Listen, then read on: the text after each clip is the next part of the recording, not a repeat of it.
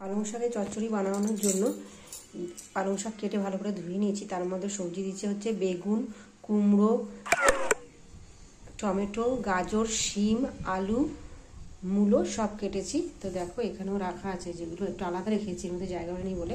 তো নিয়ে এবার এটা রান্না করবো। তো কড়াইতে তেল দিয়ে দিলাম, তেলটা একটু গরম হবে, পরিমাণ মতো তেল দিলাম। যে যেরকম তেল খাও, কম তেল বা বেশি তেল সেরকম। তেলটা গরম হয়ে গেছে, এর মধ্যে 5 ফোড়ন আর শুকনো লঙ্কা দিয়ে দিলাম ফোড়নে। তো এটা 5 ফোড়নটা একটু ভাজা হয়ে গেছে। তো এর মধ্যে কুমড়ো, আলু আর মূলো যেটা ছিল সেটা দিয়ে দিলাম। ওটাকে একটু ভেজে নেব।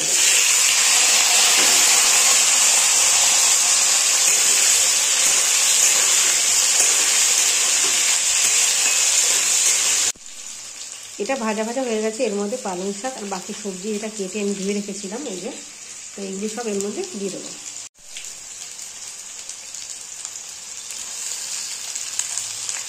কাঁচা লঙ্কা দিয়েছি, তো ঝালটা তোমাদের নিজেদের পছন্দ করে ঝাল দেবে। তো এগুলো সব আগে করে দিয়ে এটা নাড়িয়ে দিই। তো দেখো সব দিয়ে দিচ্ছি ভালো করে। এবার এটাকে ঢেকে রাখবো, ঢেকে তারপরে কী কী এর মধ্যে উপকরণ দিয়ে তোমাদের সব তোমাদের দেখাবো। তো চলো। তো দেখো শাকটা মজে গেছে। এবার এর মধ্যে আমি সব উপকরণগুলো দিয়ে দিচ্ছি। তো চলো দেখো, এটার মধ্যে পরিমাণ মতো নুন দিলাম, পরিমাণ মতো লঙ্কা গুঁড়ো, যে যেরকম ঝাল খাও সেরকম।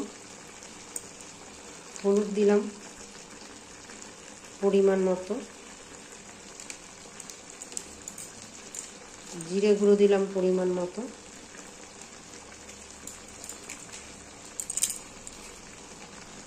ধনে গুঁড়ো দিলাম পরিমাণ মতো অল্প। তো দেখো এর মধ্যে আমি লবণ, হলুদ, লঙ্কা গুঁড়ো, জিরে গুঁড়ো আর ধনে গুঁড়ো এগুলো সব দিয়ে দিয়েছি।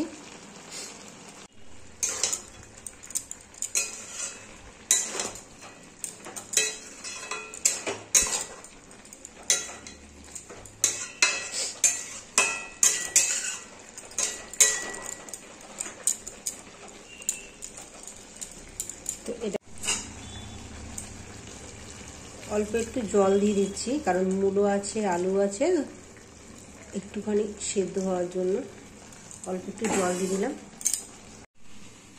তো ঢাকনাটা খুলে দেখি যে কত দূর হয়েছে শাকটা। দেখো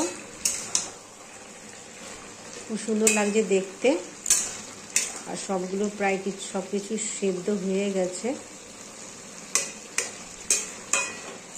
একটুখানি আলুটা সেদ্ধ হবে, তো একটুখানি টানাবো। তো জল একটু বেরিয়েছে, তো এই জলটাকে আমি পুরো টানি শুকনো করে, যত মানে এটাকে ঘাটবে, যত টানাবে, জলটাকে টানি যত শুকনো করে মাখা মাখা করবে তত খেতে ভালো লাগবে।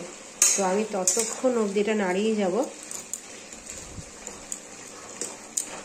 তো দেখো, তো চলো পুরো ফিনিশিং হয়ে গেলে তোমাদেরকে দেখাবো।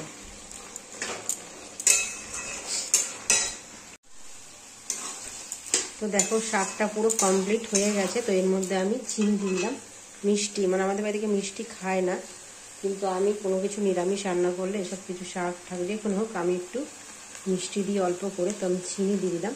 তো এর মধ্যে তোমরা বড়ি দিতে পারো, বড়িও খুব ভালো লাগে। তো আমি বড়িটা দিইনি। তো কেমন লাগলো অবশ্যই জানাবে।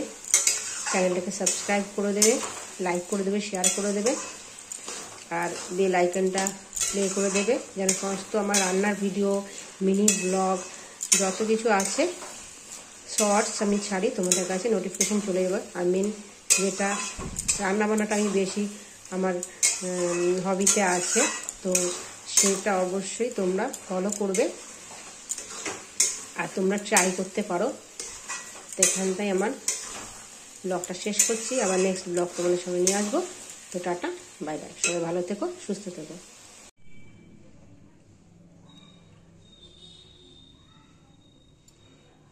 তো দেখো শাক পুরো কমপ্লিট।